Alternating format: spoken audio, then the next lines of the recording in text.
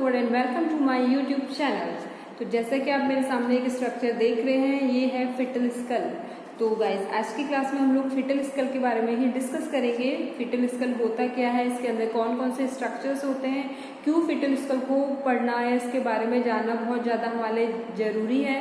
Foetal school की क्या importance है लेबर के टाइम पे, उस सभी के बारे में हम लोग आज की क्लास में क्या करेंगे, डिस्कस करेंगे। और मेन हमारा फोकस किस पे रहेगा, what are the different structures and what is the significance of the fetal skull. So without wasting much of your time I will start my class. So here we go.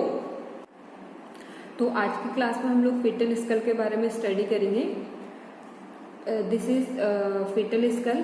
तो इन foetal school सबसे पहले parts of fetal school, एक foetal skull में कितने parts होते हैं। Okay तो generally a foetal skull is divided into the 3 parts. जो ये लोअर पोर्शन आप देख रहे हैं, this is the base of fetal school, और जो सामने का पार्ट आप देख रहे हैं, this is the face of fetal school, face part of fetal skull, and जो uppermost part superior part आप देख रहे हैं, this is the vault. Okay तो जो फिटल स्कल है, it is divided into the 3 parts.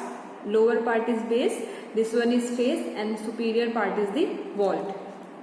Okay, next we will discuss about the bones of fetal skull. एक fetal skull में कितनी bones present होती है। तो उससे पहले आप एरियाज देख लीजिए fetal skull के, कि मतलब fetal skull की कितनी surfaces हैं। अकॉर्डिंग टू द surfaces ही हम fetal skull bones के बारे में डिस्कस करेंगे। ओके तो this is the frontal, this is the anterior portion of the fetal skull, सामने की तरफ एंटीरियर है, और जो पीछे साइड है, this is the posterior surface of the fetal skull. Okay now next जो साइड में है, दोनों side, this is the lateral.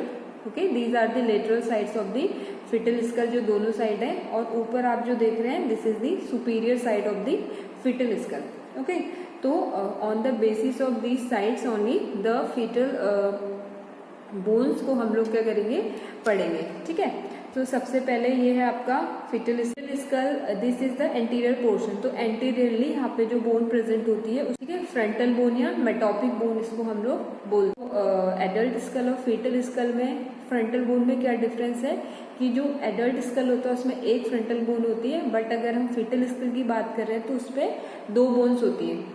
ठीक है गाइज, इस जो ये स्कल है, इस पर आपको 2 बोन्स नहीं दिखाई देंगी। ठीक है बट जो फिटल स्कल होता है वो 2 इक्वल हाफ्स में डिवाइड होता है। जो frontal part of fetal skull है, बोन है, वो it is divided into the 2 equal halves. Okay तो एंटीरियरली फ्रंटल बोन इसमें प्रेजेंट रहती है।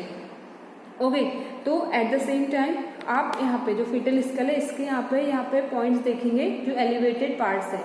तो दोनों साइड में एलिवेटेड पार्ट्स होते हैं, उसको हम बोलते हैं बोनी एमिनेंस। ठीक है फ्रंटल एमिनेंस बोलते हैं, और यही क्या है, ossification centre for the bone formation. Ossification centre है, मतलब जहाँ पे बोन सबसे पहले बनना क्या होंगी, स्टार्ट होगी। ठीक है तो एंटीरियर में कौन सी बोन है, फ्रंटल बोन।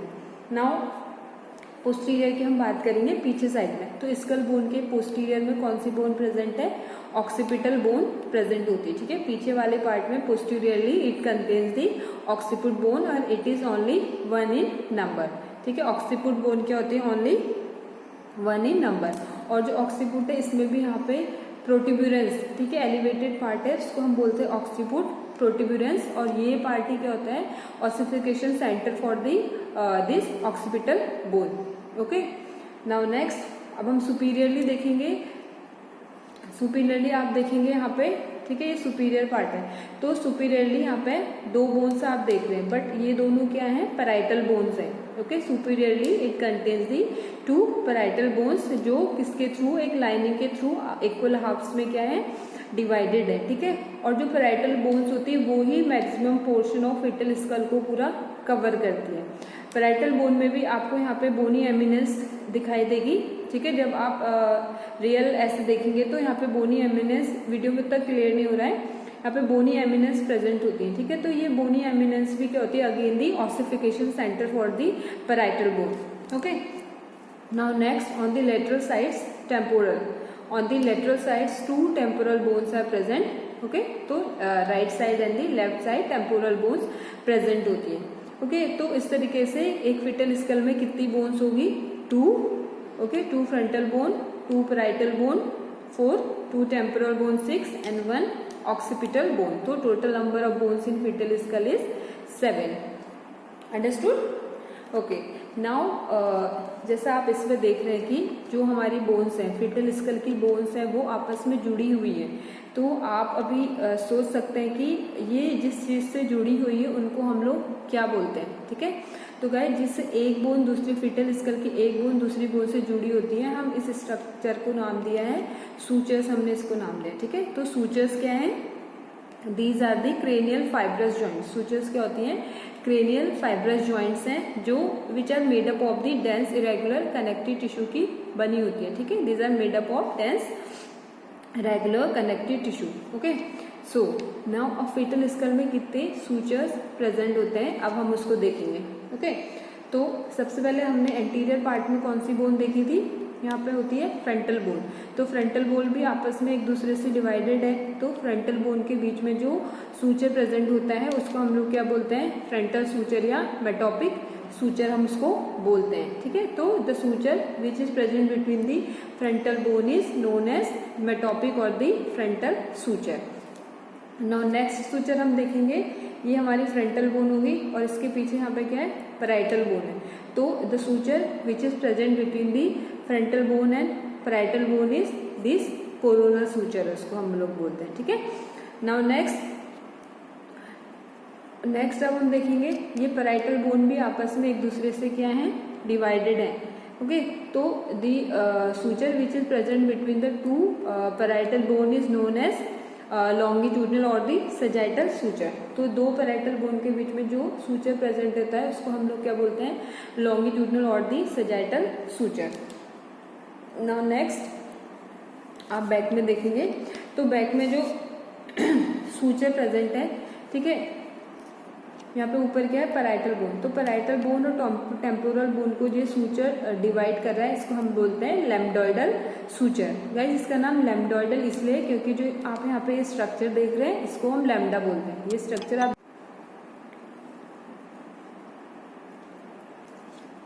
गाइस जो आप यहाँ पे स्ट्रक्चर देख रहे हैं तो इस स्ट्रक्चर को हम लोग बोलते हैं लैम्डा. ठीक है, इस स्ट्रक्चर को हम बोलते हैं लैम्डा. अब ये लैम्डा क्या है, इसकी क्या इंपॉर्टेंस है, वो मैं थोड़ी देर में आपको बताऊंगी.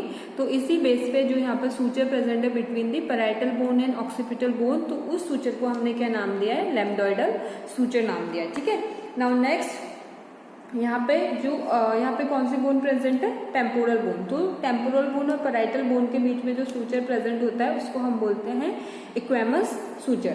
ठीक है, इक्वेमस सूचर हम उसको नाम देते हैं. और जो सूचर्स होते हैं आइदर साइड में क्या होते हैं? प्रेजेंट होते हैं. ठीक है, तो इस तरीके से एक फीटल स्कल में कितने सूचर्स हैं? 1 इन फ्रंटल बोन में एक सूचर है तो उसको हमें क्या नाम दिया है? Frontal suture. नेक्स्ट हो गया between this frontal bone and the parietal bone के बीच में है, उसको क्या नाम दिया हमने? Coronal suture. ठीक है, नेक्स्ट हो गया पैराइटल बोन्स के बीच में बिटवीन टू पैराइटल बोन्स, उसका क्या नाम है? सजाइटल और the longitudinal suture. Now next between the parietal bones और between the parietal bones and the occiput है, उसका क्या नाम है? Lambdoidal sutures. और between the parietal bone and the temporal bone है, उसका क्या नाम है? Squamous sutures. ठीक है, now next we will discuss about these structures. One structure, this and this one. Okay, so what are these? These are the fontanelles. Okay, next we are going to discuss about the fontanelles. Okay, तो fontanelles क्या होते हैं? Generally fontanelles are the soft part of the baby's skull. जो fontanelles होते हैं baby के school के क्या है? सॉफ्ट पार्ट है. ठीक है, तो fontanelles को और हम क्या बोल सकते हैं कि बहुत सारे सूचर्स आपस में मिलकर क्या बनाते हैं? एक स्ट्रक्चर बनाते हैं जिनको हम लोग क्या बोल रहे हैं? fontanelles बोलते हैं. ठीक है, तो जनरली जितने सूचर्स प्रेजेंट है इसमें ऑल टुगेदर ये सब आपस में जब जुड़ते हैं जो भी सूचर, तो ये ओवरऑल 6 fontanelles बनाते हैं. Okay, but from the obstetrical point of view and the importance और सिग्निफिकेंस के बेस पे हम 2 ही जो fontanelles हैं उनको क्या करते हैं? कंसीडर करते हैं. ठीक है, तो इसमें एक है एंटीरियर fontanelle और एक है यहाँ पे पोस्टीरियर fontanelle. अब एंटीरियर और जो पोस्टीरियर fontanelle सूचर्स हैं ये क्यों इंपॉर्टेंट है? क्योंकि ये क्या करते हैं?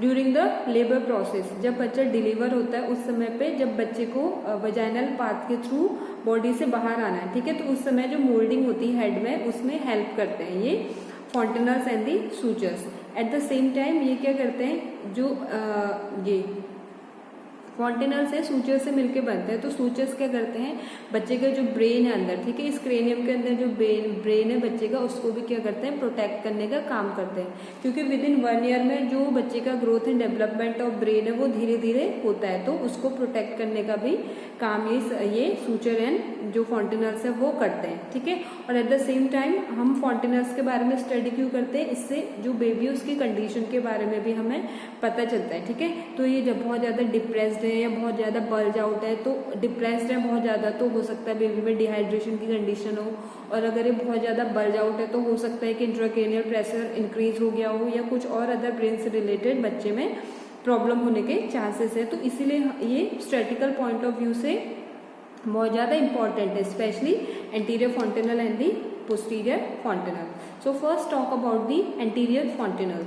तो जो एंटीरियर फॉन्टेनल है आप इसको देख सकते हैं, this is the anterior fontanelle. तो एंटीरियर फॉन्टेनल को हम और क्या कहते हैं, ब्रैग्मा भी बोलते हैं, ओके। तो जो एंटीरियर फॉन्टेनल है उसको हम लोग और क्या बोलते हैं, ब्रैग्मा बोलते हैं। और जो एंटीरियर फॉन्टेनल है, जो इसका शेप होता है वो कैसा होता है, डायमंड शेप होता है, ठीक है। तो the shape of the anterior fontanelle is diamond shape और it is about 1.5 to 2 centimetre in diameter at the time of birth, ठीक है। और ये लार्जेस्ट फॉन्टेनल होता है फिटल स्कल के।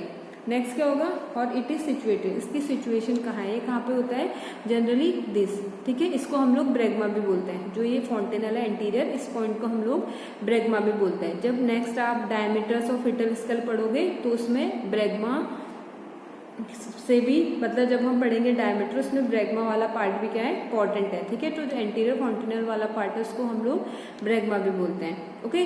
सो ब्रैग्मा की पोजीशन क्या है एंटीरियर फॉन्टेनल की, तो जो ये है, तो anteriorly it is surrounded by the, यहाँ पे कौन सा सूचर होता है, frontal sutures. Posteriorly it is surrounded by the, यहाँ पे कौन सा सूचर होता है, sagittal suture. And laterally it is surrounded by the coronal sutures. तो सूचर से आपस में क्या होता है, ये सराउंडेड होता है, ठीक है। नेक्स्ट, और हाँ, जो क्लोजिंग होती है दिस एंटीरियर फॉन्टेनल्स की क्लोजिंग होती है, it will take around 1.5 year इसमें लगता है, मीन्स 18 मंथ में ये क्या होता है, एंटीरियर फॉन्टेनल क्लोज होता है। Now let's talk about the posterior fontanel. जो पोस्टीरियर फॉन्टेनल है वो स्मॉलर होता है as comparison to the anterior fontanel, और जो इंटीरियर फॉन्टेनल है वो थोड़ा पाल्पेबल सॉफ्ट होता है, वेयर इज ये जो पोस्टीरियर फॉन्टेनल है ये थोड़ा क्या होता है, बोनी सा होता है, ठीक है, लिटिल बिट बोनी सा होता है। और इसका जो शेप है वो कैसा है, ट्रायंगुलर है। और जो एंटीरियर फॉन्टेनल है उसका शेप कैसा था, डायमंड शेप था, ठीक है। और इसका at birth it is less than 1 centimetre, जो इसका साइज होता है छोटा होता है, और it is less than 1 centimetre eight the time of birth. और जो एंटीरियर फॉन्टेनल है वो 1.5 ईयर में क्लोज होता है, where is the posterior fontanel it close in 1.5 month, ठीक है, 1.5 महीने में क्लोज हो जाता है, और इसको क्लोज होने में पूरे 1.5 साल लगते हैं, ठीक है। तो this was all about the fontanelles, जिसमें मेन एंटीरियर और पोस्टीरियर फॉन्टेनल्स इंपॉर्टेंट है।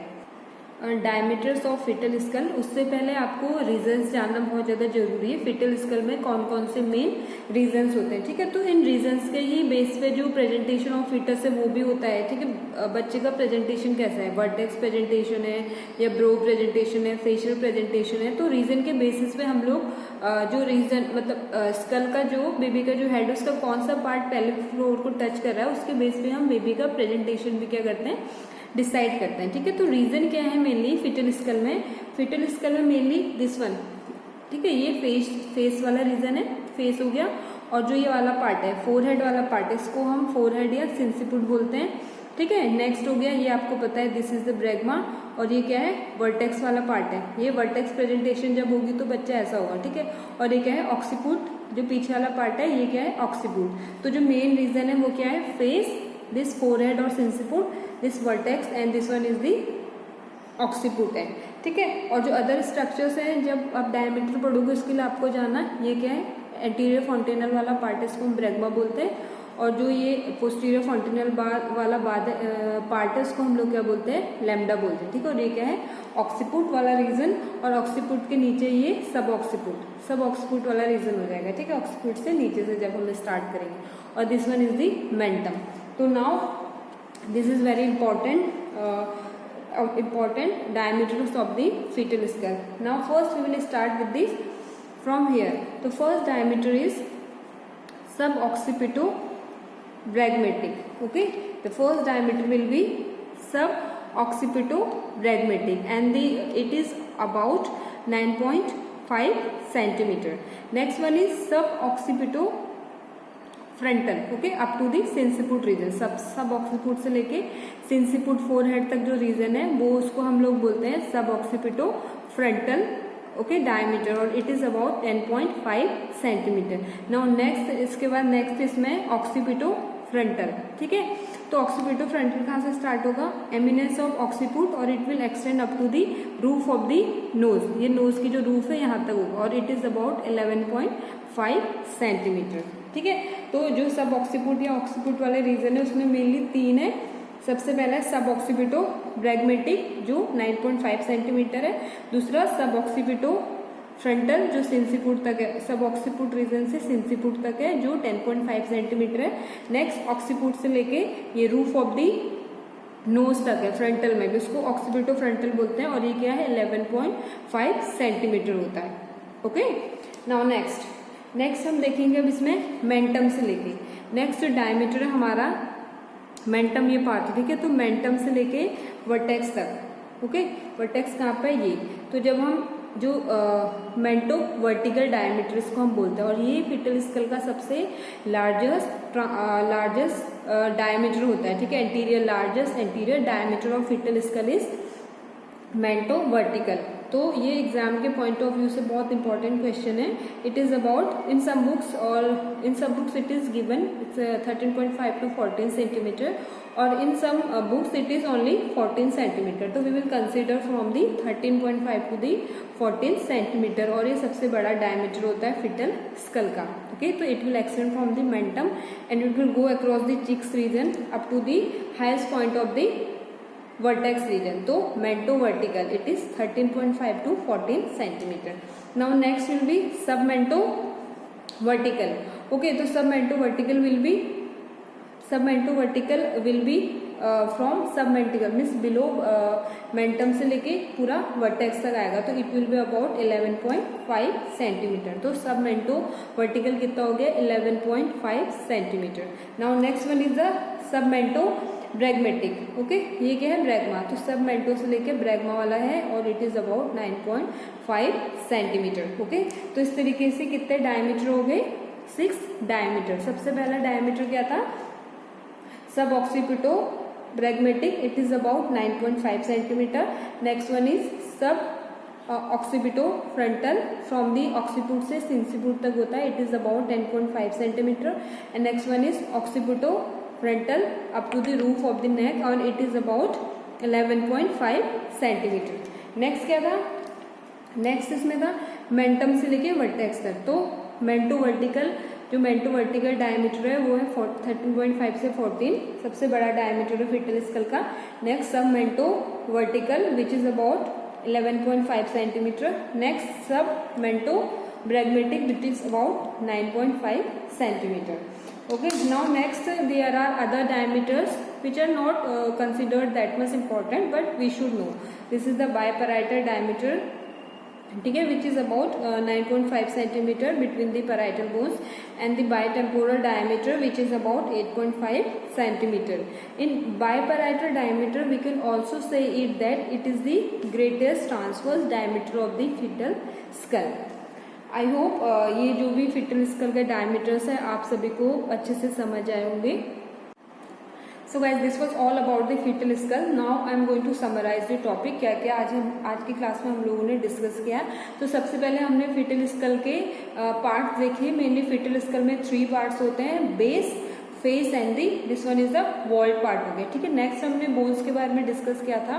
फिटल स्कल में मेनली कितनी बोन्स प्रेजेंट होती है? 7 बोन्स प्रेजेंट होती है. ठीक है, frontal bone, 2 parietal bone, 2 temporal bone and 1 occipital bone. Next हमने इसके सूचर्स के बारे में डिस्कस किया था. तो सूचर्स क्या थे? मेनली दिस फ्रंटल सूचर और the metopic suture between the frontal bone Next, the coronal suture between the frontal and the parietal bone. Next one is the sagittal or the longitudinal suture between the two parietal bones. Next one is the lambdoidal suture, which is present between the parietal and the occipital bone. And next one is the two squamous sutures, which are present between the parietal bone and the temporal bone. So total number of sutures are also 6.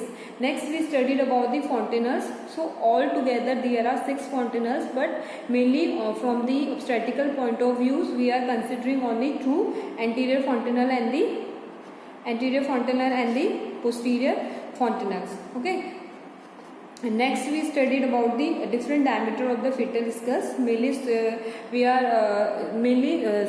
diameters we studied. Okay, in which the largest diameter is the mento-vertical diameter, which is about 13.5 to the 14 centimeter. And while when we talk about the transverse diameter, in which parietal diameter is the greatest diameter of the transverse diameter in the fetal skulls. So this was all about today's class. Thank you so much for watching my video.